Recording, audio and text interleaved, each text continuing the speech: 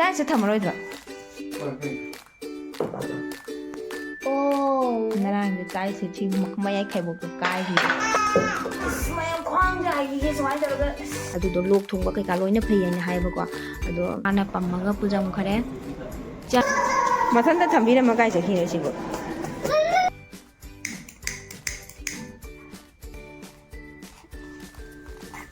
ꯃꯥꯅ ꯀꯣꯏꯂꯦꯡ ꯂꯦꯡꯉꯤ ꯌꯦꯡꯉꯣ ꯆꯠꯂꯦꯕꯅꯤꯀꯣ ꯆꯥꯎꯊꯣꯛꯑꯦ ꯑꯗꯣ ꯍꯧꯖꯤꯛꯁꯨ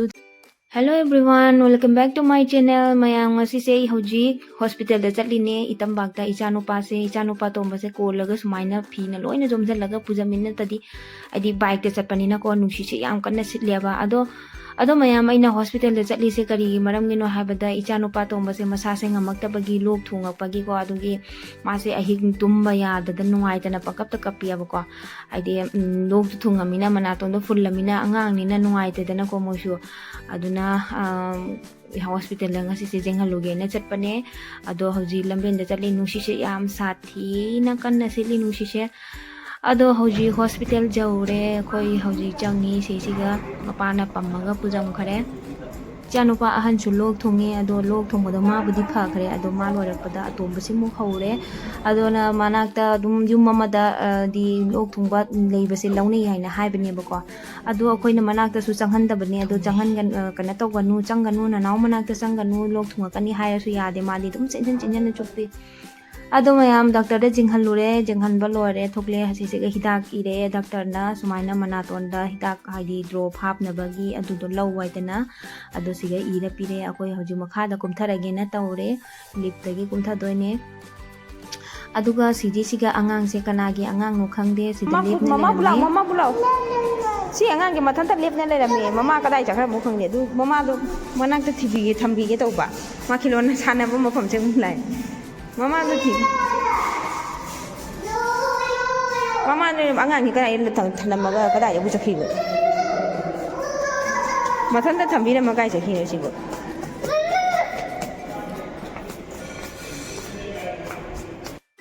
mapa phangna na mapa pirame mapa sona angang no kojeng mathanta chindana leiba adai mapa ko na lai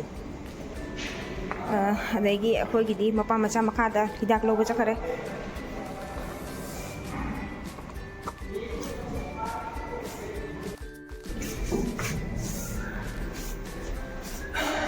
nidda ai chukum thare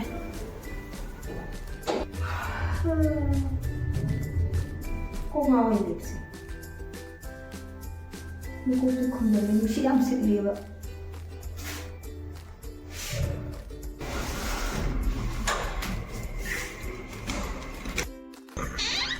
jumjare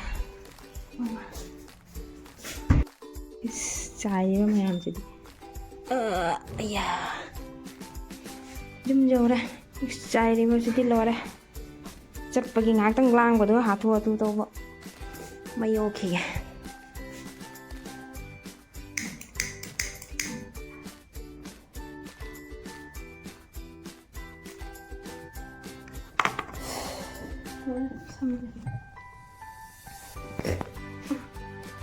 Samse jara se tummi ma sai di tumbaduna do tumolai aduga magi hidak pire dak mana tondo drop hapagi ko hadi di pi benina de paracetamol do adi arum do jingaga hadi check torga ne jam arum do hoba tara di pije waitena dumai tong pire aduni mena jinghalore sini selaire si drop simaga adikai ki asigi paracetamol simga pire e do hojik drop se hapirage nongmada anira kha poina haibako drop se si hapirage hojik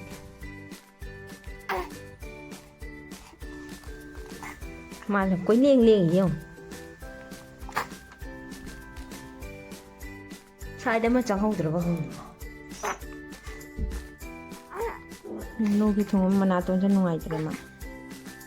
choi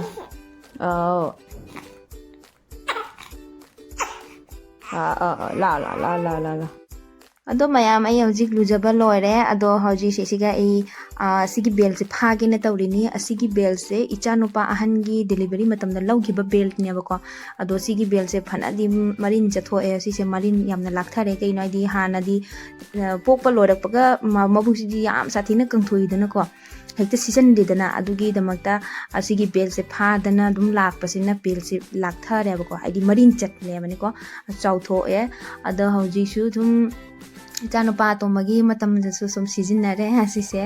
ꯑꯗꯣ ꯈꯤꯇꯪꯗꯤ ꯑꯗꯨ ꯃꯥꯒꯤ ꯐꯥꯔꯤꯁꯦꯀꯣ ꯃꯥꯒꯤ ꯅꯞꯅꯕꯁꯦ ꯁꯤ ꯈꯤꯇꯪ ꯍꯥꯏꯗꯤ ꯈꯔ ꯋꯥꯠꯂꯦ ꯍꯥꯏꯗꯤ ꯃꯅꯤꯡꯗ ꯃꯈꯥꯗ ꯂꯩꯍꯧꯔꯦꯕꯀꯣ ꯃꯔꯤꯟꯁꯦ ꯆꯠꯂꯕ ꯀꯧꯕꯅꯤꯅ ꯍꯥꯏꯗꯤ ꯐꯥꯐꯝꯗꯣ ꯂꯩꯇꯕ ꯄꯥꯛꯅ ꯁꯥꯡꯅ ꯇꯧꯅ ꯂꯣꯏꯅ ꯍꯥꯞꯄꯤꯔꯝꯃꯒꯗꯤ ꯐꯕ ꯑꯗꯣ ꯁꯤꯅꯤ ꯃꯌꯥꯝ ꯑꯩ ꯁꯤꯒ ꯕꯦꯜꯁꯦ ꯁꯤ ꯐꯥꯔꯦ ꯏꯁꯥꯒꯤꯁꯨ ꯈꯔ ꯃꯦꯟꯇꯦꯟ ꯇꯧꯗꯕ ꯌꯥꯗꯦ ꯍꯛꯆꯥꯡ ꯀꯪꯊꯍꯟꯗꯕ ꯌꯥꯗꯦ ꯌꯥꯝꯅ ꯅꯣꯏꯔꯁꯨ ꯌꯦꯡꯕꯗ ꯅꯨꯡꯉꯥꯏꯇꯦꯅꯀꯣ ꯍꯥꯏꯗꯤ ꯄꯨꯛꯁꯤꯗ ꯅꯣꯏꯕ ꯍꯥꯏꯗꯤꯀꯣ ꯄꯨꯛꯁꯤ ꯌꯥꯝꯅ ꯆꯥꯎꯊꯣꯛꯑꯗꯤ ꯅꯨꯡꯉꯥꯏꯇꯦꯅꯀꯣ ꯑꯗꯣ ꯁꯣꯟꯗ ꯏꯆꯥꯅꯨꯄꯥꯁꯨ ꯁꯥꯟꯅꯔꯤ ꯀꯟꯅ ꯈꯣꯡ ꯀꯥꯁꯦ ꯀꯥꯎꯔꯅ ꯊꯤꯜꯂꯗꯅ ꯇꯧꯗꯅ ꯁꯥꯟꯅꯔꯤ ꯑꯗꯣ ꯁꯝꯁꯦ ꯀꯛꯊꯠꯀꯦꯅ ꯇꯧꯕ ꯁꯛꯁꯦ ꯀꯨꯏꯔꯦ ꯍꯦꯛ ꯀꯦꯗꯕ ꯍꯥꯏꯕ ꯕꯤꯟꯗꯤꯁꯨ ꯑꯗꯨꯝ ꯃꯔꯛ ꯃꯔꯛꯇ ꯀꯥꯎꯔꯦ ꯕꯤꯟꯗꯤꯒ ꯅꯝꯕ ꯅꯥꯆꯣꯝꯒ ꯃꯅꯥꯒ ꯁꯤꯕꯤꯗꯕ ꯀꯨꯏꯔꯦ ꯑꯉꯥꯡ ꯄꯣꯛꯄ ꯅꯨꯃꯤꯠꯇꯨꯗꯒꯤ ꯍꯧꯅ ꯑꯩꯁꯦ ꯍꯥꯏꯗꯤ ꯃꯅꯥꯁꯦ ꯑꯗꯨꯝ ꯆꯠꯊꯣꯛꯄꯗ ꯑꯗꯨꯝ ꯑꯃꯨꯛꯃꯨꯛ ꯑꯗꯨꯝ ꯇꯣꯛꯇꯨ ꯁꯤ ꯑꯗꯨꯝ ꯂꯧꯊꯣꯛꯈ꯭ꯔꯦ ꯅꯥꯝ ꯑꯃꯁꯨ ꯀꯦꯜꯍꯧꯔꯦ ꯑꯗꯒꯤ ꯂꯤꯛꯁꯤꯃꯗꯤ ꯁꯤꯖꯜꯂꯦ ꯈꯨꯖꯤꯁꯨ ꯀꯨꯏꯔꯦ ꯁꯤꯖꯕ ꯈꯨꯖꯤꯗꯨꯗꯤ ꯁꯤꯕ ꯌꯥꯈꯤꯔꯣꯏ ꯑꯉꯥꯡꯁꯦ ꯍꯧꯖꯤꯛꯇꯤ ꯄꯤꯛꯏꯕꯅꯤꯅꯀꯣ ꯍꯥꯏꯗꯤ ꯃꯉꯣꯟda ꯈꯣꯠꯄ ꯇꯧꯅꯤ ꯄꯝꯕꯣ ꯄꯝꯖꯤꯟ ꯑꯗꯩ ꯇꯧꯕꯗꯣ ꯑꯉꯥꯡꯗ ꯑꯗꯒꯤ ꯈꯨꯖꯤꯗꯨꯅ ꯈꯣꯠꯀꯅꯦꯅꯅꯦ ꯑꯩ ꯈꯨꯖꯤꯗꯨ ꯁꯤꯗꯦꯕ ꯍꯧꯖꯤꯛ ꯑꯗꯣ ꯁꯤꯗꯅ ꯊꯝꯃꯦ ꯍꯥꯏꯗꯤ ꯂꯧꯊꯣꯛꯅ ꯊꯝꯃꯤ ꯑꯉꯥꯡ ꯈꯤꯇꯪ ꯆꯥꯎꯈꯤꯁꯅꯨ ꯀꯣ ꯑꯗꯣ ꯌꯨꯝ ꯆꯠꯂꯗꯤ ꯌꯨꯝꯗ ꯌꯦꯡꯉꯅꯤ ꯑꯃꯃꯝꯗꯤ ꯁꯤꯖꯟꯕꯅꯤ ꯑꯗꯨꯝ ꯁꯤꯗꯕꯗꯤ ꯐꯠꯇꯦꯀꯣ sini yang sambil ditangkap. Masih dinungsit kutsit ama nih. Masih dinungsit siapa ada nasi linungsit. Jangan lupa anju school lagi halap pematam jauh deh. Aduh guys, Echatomba nasi dah sana nih. Agi live, agi punsi, agi. Nasai na tanji chapa lo yoda da isi kano ka takra chatpa thingi ai dena ama kak lai hoba si chathoke chaning man si re uklam masa isi jangya chapa lo yoda baina dakta chatpa thingi ai dena ne ko ama kha kun cha la ge dum tharam ba tan na ha aduga mayam hauji sanda oishalle ado sesiga mai tharise asigi maitan se lauraga imungda pusalaga maitan tara matungda ko maitan do imungda pusalaga ajwan se khara khajik hapiraga magi manam do adu lawduine bako manam se angang da lok thungba khangde angang da tanate ahan da su loina asi phai aina haiba ko asigi manam se yamna kanai aina hai ajwan ni manam se sumaina maikhu duga maitan duga khajik hapaga tawdoine ado siga mapana maitan se pusalae ada sigi maitan siga ajwan se khajik hapaga sumaina magi maikhu gi manam do ajwan gi manam do adu do lok thungba kai ka loina phai aina haiba ko ado ai gi su hakchang gi su isa gi su phai aina hai ado asini mayam sumaina sum narang je tai se ching mayai khaibok to kai gi tai je matak ta sumaina thamba tawai ni ne imung manung ya mot kan si maikhu kai na ko ajwan do hapchal di maikhu do makhu aduna imung ya kala di molan pilot do shu ajwan taw tare pana bagi pot ni na tro aduna ini ajwan ni kurungnya dulu ka tayo mayam khwang jai gi smai taraga jai ko phai ai kan ajwan ni pro se mama da hap ke na nang ha ko nang ke khadi ta hapo tak tam hapo kan me khu nang mama ko maru ni mani khwang jai non jai khwang adu jai na khwang hang jai ni ba ti khadi lo mayam khwang jai ba yam na phai ai adu angang kap pe ne ajwan do hapo haraga no thuba ke ka phaba mai khu se na magi manam se na suai he Jadi kan aku tuh sama tuh nak. Ini apa kan? Nah aku dulu ungkap ini. Oh.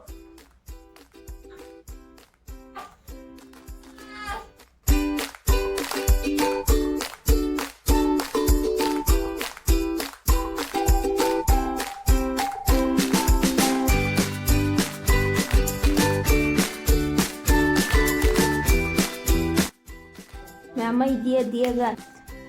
jangan kita tua harap mung khali juta angang tu pammi pamagajawa ye pamuaye tu mày ju dài đi khoang dài đi khôi đi co pamuaye mana to je phulamina nongai dre ma so hon bado hipado ma mung phulapado nongai te ma hogoli bangai te ngai the hogoli ke ngai ba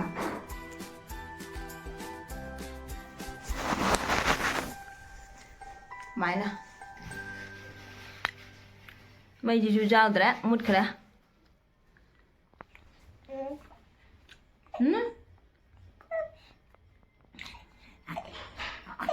cái nữa nè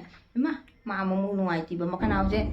đi luộc cho nó pan nó lên bữa nay mà ông luộc chứ không đấy cái nữa cái sầm chứ bụi táp tạm gì bộ so mày video sẽ xoay sẽ lôi chân ra cái ngay cái video sẽ đi